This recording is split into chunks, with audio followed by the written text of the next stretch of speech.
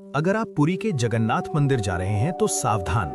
मंदिर के सिंह द्वार से अंदर जाते ही जो 22 पहाचा यानी 22 सीढ़ियां आती हैं, उनमें एक बहुत बड़ा रहस्य छिपा है। अगर आपने लौटते समय तीसरी सीढ़ी पर गलती से भी पैर रख दिया तो आपके दर्शन का सारा पुण्य उसी पल शून्य हो जाएगा। आखिर ऐसा क्यों? दरअसल जिस काले पत्थर की हम बात कर रहे हैं, शास्त्रों में उसे यमशिला कहा गया है, जो साक्षात यमराज का ही रूप है।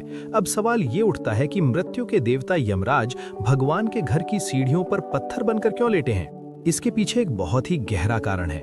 जब भगवान जगन्नाथ पुरी में दारू ब्रह्म रूप में विराजमान हुए तो उनकी शक्ति इतनी ज्यादा थी कि जो भी भक्त उनके दर्शन करता वो सीधे पाप मुक्त हो जाता और उसे मोक्ष मिल जाता। यमराज ने देखा कि अब कोई पापी उनके पास यमलोक आ ही नहीं रहा है, उनका पूरा काम बंद हो गया है और चित्रगुप्त का खाता खाली हो गया है। चिंतित होकर यमराज भगवान जगन्नाथ के पास पहुंचे और बोले, प्रभु, अगर सिर्फ आपके दर्शन मात्र से ही हर मनुष्य पाप मुक्त होकर सीधा स्वर्ग चला जाएगा तो कर्मों का हिसाब कौन देगा? सृष्टि का संतुलन बिगड़ जाएगा और मेरे यमलोक का तो कोई अस्तित्व ही नहीं रहेगा। यमराज की ये चिंता सुनकर भगवान जगन्नाथ ने मुस्कुराते हुए एक उपाय निकाला।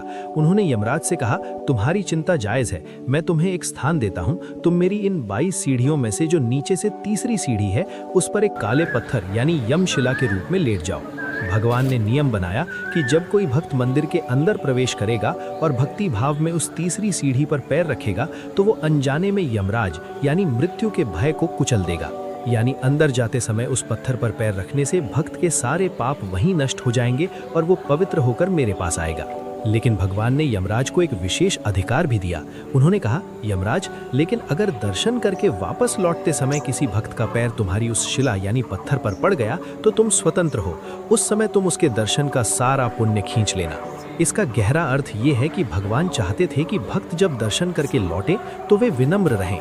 अगर लौट के वक्त लापरवाही से उसी पत्थर पर पैर रखा तो यमराज समझ जाते हैं कि भक्त के अंदर अभी भी अहंकार है, इसीलिए वो पुण्य छीन लेते हैं और उसे खाली हाथ घर लौटना पड़ता है। इसके अलावा इन 22 सीढ़ियों का संबंध हमारे पूर्वजों यानी पितरों से भी है। मान्यता है कि पितृगण भी इन्हीं सीढ़ियों पर वास करते हैं। इसीलिए उड़ीसा में लोग अपने बच्चों को इन सीढ़ियों पर लुढ़काते हैं और पिंडदान करते हैं ताकि यमराज और पितृ दोनों शांत रहें। इसलिए अगली बार जब आप पुरी जाएं तो ध्यान रखें, अंदर जाते वक्त उस काले पत्थर पर पैर रखकर पापों को छोड़ना है, लेकिन बाहर आते वक्त उससे बचकर साइड से निकलना है ताकि आपका पुण्य सुरक्षित रहे। जगन्नाथ स्वामी के इस अद्भुत न्याय के लिए कमेंट में जय जगन्नाथ जरूर लिखें।